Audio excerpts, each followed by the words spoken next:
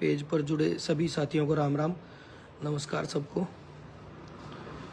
एक तो कल का जो काला दिन हरियाणवी इंडस्ट्री का रहा, आप सबको पता है कि एक ऐसी खबर जिसका यकीन भी ना हो। राजू पंजाबी भाई, हम सब के प्यारे, सबके लाडले और बहुत ही बेहतरीन कलाकार, और सूफी गायन की अगर बात करा तो हरियाणा के सबसे बड़े कलाकार जो हमारे बीच नहीं रहे, जिस चीज़ का यकीन ना आप सबको है, ना हमको है, ना परिवार को है, किसी को भी नहीं है। और ऐसी आत्मा मेरे ख्याल से युगों युगों तक दोबारा नहीं आती, और ऐसा कलाकार दोबारा नहीं आता जो गया है।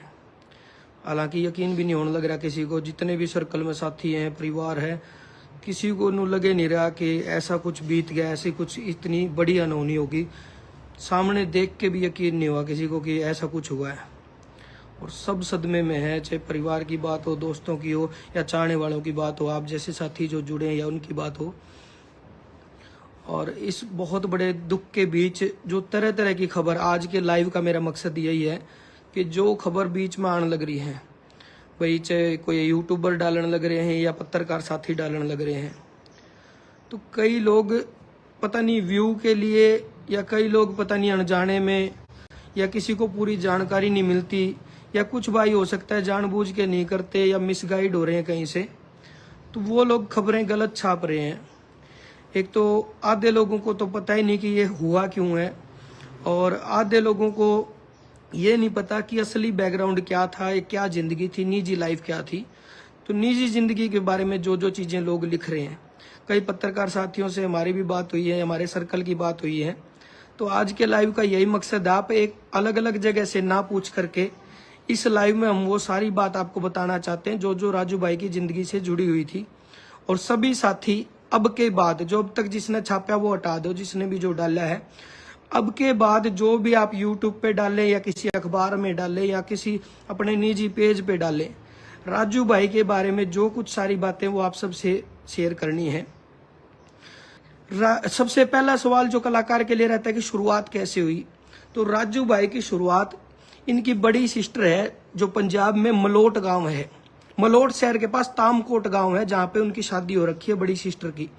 तो राजू भाई वहां पे गए थे रहने के लिए, और वहां पे उन्होंने लोकल जागरण में और गुरुद्वारों में गाने का काम किया, और जहां से गाने की कला सीखी। हालांकि पूरा परिवार का माहौल गायकी का रहा है। इनके छोटे भाई भी गायक है, बलवंत भी, और इनके दादाजी बहुत अच्छे तबला वादक थे। पूरे परिवार का ऐसा माहौल रहा है कि संगीत से जुड़े हुए लोग थे। पंजाब में जब ये गए तो गुरुद्वारों में या मंदिरों में या जागरण में जब ये गाने लगे, तो धीरे धीरे वहां से सीखना शुरू किया। और जैसे ही वहां से वापिस ये राजस्थान में आए, इनका जन्म राजस्थान के रावतसर में हुआ, जो हनुमानगढ़ डिस्ट्रिक्ट में है। जब ये वापिस अपने गांव में आए तो बहुत सारे लोग, इनकी भाषा जब वहां रहने से पंजाबी भाषा होगी, और पंजाबी गाने भी इन्होंने गाने शुरू कर दिए थे, तो उस चीज को देखते हुए इनके नाम के पीछे राजू पंजाबी लगा। राजकुमार इनका असली नाम है, और राजू पंजाबी इनको कहने लगे। 1986 का इनका जन्म है। जब दिल्ली का इनका सफर रहा, जब कंपनियों का जो सफर शुरू हुआ, जो कंपनियों में जाने का या कंपनियों में गाने ले जाने का, वो मदन पारिक जी हैं जिन्होंने बहुत इनकी मदद की। और राजस्थान में इनके गुरुजी रहे हैं राजा राम जी। और डिजिटल दुनिया में अगर बात करें, जो डिजिटल म्यूजिक का काम जो सीखा है, वो सोनू दुगेसर जी हैं, जिनसे इन्होंने काम सीखा, वो इनके गुरुजी रहे हैं। और जब पहली बार इन्होंने स्टूडियो की शुरुआत की, उसमें बड़े भाई राम मिर्मेला जी का बड़ा योगदान रहा है। राम मिर्मेला जी के साथ इन्होंने रावतसर में स्टूडियो बनाया, और रावतसर में जब स्टूडियो बना तो इतने अच्छे अच्छे काम इन्होंने मिलके किए, इनकी जोड़ी ने, रामेर भाई ने, पवन भाई ने, राजू भाई ने, और भी जितने साथी थे, जब इनकी जोड़ी ने बहुत अच्छा काम किया। और इनके करीबी साथी उसमें रहे विनोद छिंपा जी, जो मिक्सिंग और मास्टरिंग का काम करते थे, और राजू जी म्यूजिक बनाते थे। जब बहुत सारे हरियाणा के कलाकार यूं कहने लग गए कि हमें काम करवाना है राजू भाई से, तो रावतसर हरियाणा वाले कलाकारों के लिए थोड़ा दूर पड़ जाता था। तो सभी कलाकार साथियों ने अपील की राजू भाई से कि आप ना हिसार आ जाओ, हिसार में स्टूडियो बना लो, ताकि हम लोगों के लिए थोड़ा इजी हो जाए। उसके बाद आके इन्होंने हिसार में स्टूडियो बनाया VR ब्रोज के नाम से, जो सब लोग जानते भी हैं, जिसमें विनोद छिंपा जी और राजू पंजाबी जी काम करते थे। उनके अगर परिवार की बात करें, भोली भाली वाइफ, बिल्कुल नैतिक मूल्यों को समझने वाली, सामाजिक जो दायरे होते हैं उनको समझने वाली उनकी वाइफ ममता भाभी हमारी। और भाई 2 बेटी हैं, बड़ी बेटी का नाम है बिंदु और छोटी बेटी का नाम है नोबिता। यो परिवार है। मम्मी पापा इस दुनिया में है नहीं राजू भाई के। 4 उनके भाई हैं और 3 सिस्टर हैं। चारों भाइयों में दूसरे नंबर पे ये थे, 2 छोटे भाई और हैं, जिनमें से एक भाई खुद सिंगर भी है, बलवंत, जो गाता भी है। जो इनके बीमारी की जहां तक बात थी, लगभग 10-15 दिन ये पहले एडमिट रहे जिंदल में। एक छोटी सी लापरवाही जहां जो मुझे लगती है कि रहेगी, इनको पीलिया था जिसको जॉन्डिस बी बोलते हैं ना, मेरे ख्याल से जॉन्डिस बी या कुछ और बोलते हैं, जो नॉर्मल जॉन्डिस बी नाम से इनको बीमारी थी, हेपेटाइटिस बी या कुछ ऐसा। तो वो एक पीलिया था और जिसको संभाला नहीं गया टाइम से, कि छोटी सी चूक मुझे भी लगती है और साथियों को भी लगती है। लगभग 4 महीने पहले वीनूगौड़ भाई ने और पीके भाई ने यूं बोला था कि राजू, क्योंकि वीनूगौड़ भाई का थोड़ा मेडिकल लाइन से भी लिंक रहा है, तो वो बोला भाई थोड़ा मैंने नू लगा है, पीलिया की शिकायत लगा है। तो आप देसी जो घर परिवार के लोग हैं, जो आम घर परिवारों से आप ज्यादा सीरियस लेते नहीं छोटी मोटी चीजों को, नू मान जाए कोई बात नहीं, जब तक तकलीफ नहीं होती अंदर। तो राजू भाई भी मस्ती वाले आदमी थे, नु बोले भाई कोई दिक्कत को नहीं, बोला मैं ठीक हूँ, खाम का डॉक्टर का जाऊंगा, दिखाऊंगा कि मैं बता देगा और टेंशन हो जाएगी। तो उस चीज को संभाला नहीं टाइम से और बहुत लेट संभाला। तो 10-15 दिन एडमिट जब रहे जिंदल में, हमारा रोज का मिलना जुलना रहा, ठीक हो गए थे, बिल्कुल ठीक होके छुट्टी मिल गई थी। छुट्टी मिलने के 2 दिन बाद वो बोले मेरे को तकलीफ हो रही है। रात को फिर हॉस्पिटल ले आए जिंदल में। ये उनके जाने से 1 दिन पहले की बात है। उस दिन फिर डॉक्टर ने बोले दवाई बट्टी दे के बोले सब ओके है, सब ठीक है, वापिस घर ले गए। अगले दिन सुबह फिर उन्होंने तकलीफ बताई। जिस दिन की ये जो दुर्घटना जिस दिन हुई है, जो काला दिन जो हमारी जिंदगी में, आपकी जिंदगी में आया, उसी दिन 10 बजे सुबह हॉस्पिटल में लेके आए जिंदल में। हम भी गए, मैं गया, खासाड़ा 4 भाई गया, और भी साथी थे, जैसे सोनू गारनपुरिया है, श्रवण बलम्बिया है, तो सारे साथी हम पहुंच गए थे सुबह इमरजेंसी में जब उनके लेके गए। और उन्होंने जैसे उनसे बातचीत हुई, कहीं भी यूं नहीं लगा कि उनको कोई बड़ी तकलीफ है या कुछ ऐसी बात भी रात तक हो जाएगी, ना हमने लग गया। हम मिलजुल कर आ गए थे। दोबारा फिर जब उनको वार्ड में शिफ्ट किया तब हम दोबारा गए। मैं और जेलदार अंदर ही बैठे थे, खासाड़ा भाई और इनको हमने बाहर छोड़ दिया था, क्योंकि ज्यादा लोग जाने से डॉक्टर भी थोड़ा सा परेशान हो जाते हैं। तो मैं और जेलदार अंदर बैठे थे। राजू भाई से प्रॉपर बात हो रही थी, सब बातचीत सही कर रहे थे। वो जो मैंने पेज पे फोटो डाली थी वो उनकी उसी वक्त की फोटो है। राजू भाई टेढ़े लेट रहे थे। मैंने पूछा मगर राजू जी सीधे सो जाओ आप। बोला सीधे सोने में मेरे कमर में थोड़ी तकलीफ हो रही है, टेढ़े में थोड़ा आराम है। लेटे रहे, थोड़ी देर बाद बोले मेरे को एक बार बैठा दो। जैसे हम बैठाने लगे वो बैठ तो गए और 10 सेकंड बाद यूं बोले सांस नहीं आ रहा मेरे को, तो वापस लेट गए। डॉक्टर आए, डॉक्टर से मैंने भी बात करी जी सारी तकलीफ क्या क्या है, क्या क्या चीजें। डॉक्टर ने बहुत कोऑपरेट किया, अच्छे तरीके से सारी चीज बताई। उसके बाद राजू की मिसेज हमारी भाभी जी वो थोड़ी सी अपसेट हो रही थी, ममता भाभी। तो मैंने सोचा मैं अपनी वाइफ को और बच्चों को उनके घर छोड़ाऊं ताकि वो थोड़ा रिलैक्स हो जाए, आपस में बात करेंगे। मैं बच्चों को छोड़ने राजू भाई के घर गया। जैसे ही उनको उतारने लगा तो इतने में जेलदार भाई का फोन आ गया। वो रो रहा था, बोला सर जल्दी आ जाओ, वेंटिलेशन पे लेने लग रहे हैं। तो वेंटिलेशन पे जब लेने लगे तो राजू भाई ने खुद जेला को बोला है कि जले मैं आज नहीं बचूंगा। उनके ये आखिरी वर्ड यही थे, इसके बाद के कोई वर्ड नहीं थे, बस यही कहा था कि जले मैं आज नहीं बचूंगा। उसके बाद उनको वेंटिलेशन पे ले लिया। वेंटिलेशन पे जाने के बाद वो बहुत सीरियस हो गए थे और हाथ पैर के मूवमेंट भी कम हो गए थे। फिर किसी साथी ने यूं बोला कि वहीं स्टाफ में कोई साथी था, बोला इसमें वेंटिलेशन में एक बड़ा मुद्दा ये रहता है, एक तो थोड़ा बस ब्रेन एक्टिव रह जावे और जो आंखों की पुतलियां है ना ये नहीं ठहरनी चाहिए। तो जो बड़े भाई हैं श्री राम, राजू के ताऊ जी के लड़के, वो गए अंदर। उन्होंने राजू से कुछ बोल के देखा, उन्होंने पलक भी झपकाई है और पुतली भी झपकाई है और उन्होंने इशारा भी किया गर्दन से। मेरा यकीन नहीं है, उसने बाहर आकर बताया बोला सही है, नू एक्टिविटी है। मैं यार मैं जब का खड़ा था जब तक तो हाथ पैर या उंगली कुछ भी नहीं हिल रहा था।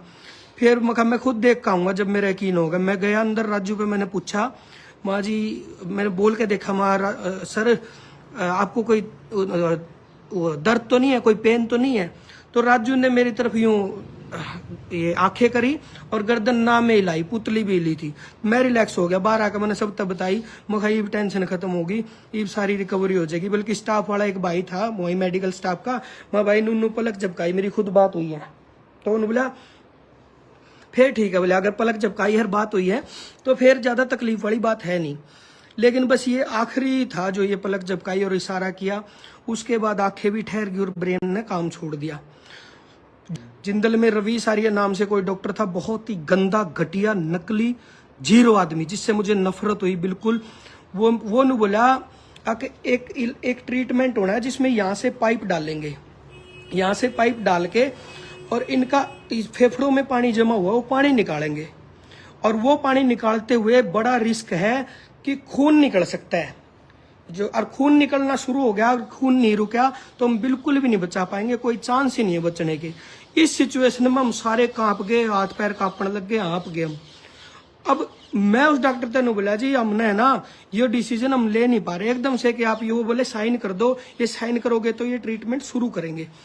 माँ जी एक बार इस डिसीजन के लिए हमें टाइम दे दो, हमें 20 मिनट का टाइम दे दो, क्योंकि भाई भाभी भी घर पे हैं और भाई थोड़ा बहुत डिस्कशन हम आपस में भी करांगे, हमने 20 मिनट तो दो।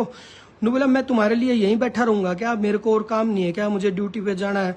ये मैं कहना नहीं चाहता, पर उसके लिए तो मैं कहना चाहता हूँ ताकि आगे कोई जिंदल में जाए, जिंदल हॉस्पिटल का सारा स्टाफ ने कोऑपरेट किया हमें, चाहे सिक्योरिटी से लेके डॉक्टर से लेके सब ने कोऑपरेट किया है। एक उसको छोड़ के रवि सारिया नाम से जो एक डॉक्टर आया दूसरा ड्यूटी पे जो आया, उसने बहुत गंदा बिहेव किया, इसलिए मुझे बोलना पड़ रहा है। बाकी सब ने जैसे विनोद है सिक्योरिटी में, या फिर वहाँ पे करमवीर जी हैं, या फिर जो डॉक्टर स्टाफ में है खुद डॉक्टर विवेक बंसल जी ने बहुत अच्छे से कोऑपरेट किया, और मोनू भाई हैं, काफी लोग हैं जिन्होंने बहुत अच्छे से, जो मेन डॉक्टर विवेक बंसल है उन्होंने बहुत अच्छे से समझा था दिन में जब शाम को दिक्कत हुई थी। लेकिन रात को उस डॉक्टर ने हमें पजल कर दिया, बहुत दिमाग बिल्कुल खराब हो गया। हाथ पे मैंने उसके डॉक्टर के यूं हाथ जोड़े बिल्कुल, मखा जी 20 मिनट दे दो जी, एक नैतिकता के तौर पर दे दो, नू सोच लो आपका कोई फैमिली का एडमिट है। उस डॉक्टर को अपनी नींद अच्छी लगी, ना कि कोई पेशेंट अच्छा लगा। बोला मेरे को सोना भी होता है, मेरे को जाना भी होता है, मैं इसीलिए तुम्हारे लिए बैठा हूँ क्या, जल्दी बताओ मुझे, यस नो करो। मैं बोला जी उनकी वाइफ को तो बुला लूं, भाभी को तो बुला लूं, उनसे तो पूछ के करेंगे। बोला वो कोई साइंस जानती है क्या करोगे उसको बुला के। इतना गंदा भी है। मैं हाथ जोड़ के अपील करता हूँ कभी जिंदल में जाओ तो इस रवि सारी ऐसे बच्चियों सारे, इसके लिए मैं खुला कह रहा हूँ। और भाई उसके बाद क्या हुआ, फिर तो कोई रिएक्ट आना बंद ही हो गया बॉडी से। फिर तो हम सारे जने कोई कितने जाकर रोए, कोई कितने जाकर रो, सारे दुखी हो गए। डॉक्टर जो देख रहे थे वो विनू भाई के एक दोस्त थे, उसने हिंट दे दिया था, बोला भाई 99% तो अब चांस नहीं है, कोई 1% कोई चमत्कार हो जाए तो हो जाए। उस चमत्कार की बात हम देखे गए। उस टाइम मारता जिसने जो बताया, एक वहाँ कोई बहन थी जिसकी मम्मी एडमिट थी, नु बोली भाई चीनी उबार दो, वो कर दो, जो आस्तिक नास्तिक सारी चीज मानी हमने, जबकि मैं खुद ज्यादा इन चीजों को मानता नहीं था। लेकिन एक बस दिल में डर बैठ गया कि किसी भी तरीके से बच जाओ, कुकरे भी बच जाओ। तो हमने वो चीनी भी उबारी। फिर सिक्योरिटी वाले एक अंकल थे, बहुत अच्छे थे, मेरे को नाम नहीं पता उनका। वो अंकल बोले यार मंदिर के बराबर में एक शिवलिंग है, वहां से तुम जल चढ़ा के आधा पानी यहाँ लिया, इसके ऊपर तो उबार दो, मैंने देखा है ऐसे केस में बचते हुए। हमने वो भी करा, जो चीज पॉसिबल थी हमने सारी करी। डॉक्टर अपनी कार्रवाई में लग रहे थे और हम अपनी में भी लग रहे थे, भाई जिस चीज पे भी लग जाए, फोन पे झाड़ा लगवाना और जिन चीजों का, हालांकि मैं समर्थन बहुत ज्यादा करता नहीं था, लेकिन एक जब बिल्कुल करीब भी जाओ तो उस टाइम तो हर ट्रीटमेंट करा भाई, चाहे कुछ भी बता दो। और हमने ये तक कह दिया था भाई कुछ भी हमने अपने शरीर का किसी अंग को अगर राजू के लिए देना पड़ा तो हम उस चीज के लिए भी रेडी है। हमने डॉक्टर तक सब कुछ कह दिया था, महाजी दिल्ली तय बाहर तय कितने तक भी डॉक्टर आकर बचा सकता हो ना, एक बार कुकरे भी कर दो। मखा जी हम कितने ले जा सका तो बता दो। मैंने दिल्ली भी बात की, BL कपूर में बात की, डॉक्टर डबास हैं बहुत अच्छे हैं, उनसे बात की जी, मखा दिल्ली ले आ सका। हाँ एक और दोस्त है गोविंद भाई ने बात कराई एक डॉक्टर से, उनसे भी बात की। मखा जी एक बार दिल्ली ले जान जुकर है या कहीं ले जान जुकर हो तो बता दो। वो बोले भाई वेंटिलेशन हटाते ही नीचे तक का भी रिस्क है भाई, नीचे तक भी तुम ले जाओगे तो फिर हमारे पास ऑप्शन से खत्म हो गए। फिर तो बस हाथ जोड़े और भगवान तक प्रार्थना करी कि किसी भी तरीके से राजू को बचा दो। फिर लगभग 1 बजे के आसपास डॉक्टर जो है देख रहे थे, उनने नु कह दिया भाई लेडीज को घर भेज दो, अगर लेडीज आई हुई है तो। उस टाइम मारा फिर नु हो गया मखाई, तो बिल्कुल ही चांस खत्म ही हो चुके हैं। जब डॉक्टर ने इतनी बात कह दी, क्लियर तो इंट दिया नहीं पर इशारा सा दे दिया, तो मारा हो गया था नु। फिर सब लोग हम दुखी हो गए, हमारे पास कोई ऑप्शन नहीं बचा। फिर तो थोड़ा थोड़ा मैसेज देना शुरू किया, बस भाभी को नहीं बताया, और जो यार दोस्त थे उनको सबको हमने थोड़ा थोड़ा बताया। सुबह 5 पता नहीं 4:30 बजे के आसपास उन्होंने क्लियर कर दिया। फिर वेंट वगैरह हटा दिए, फिर तो सारे सुन्न हो गए हम। सब रोने लग गए वहाँ, सब बुरी तरह रोने लग गए। सारे दोस्त राजू के वहाँ पे मौजूद थे।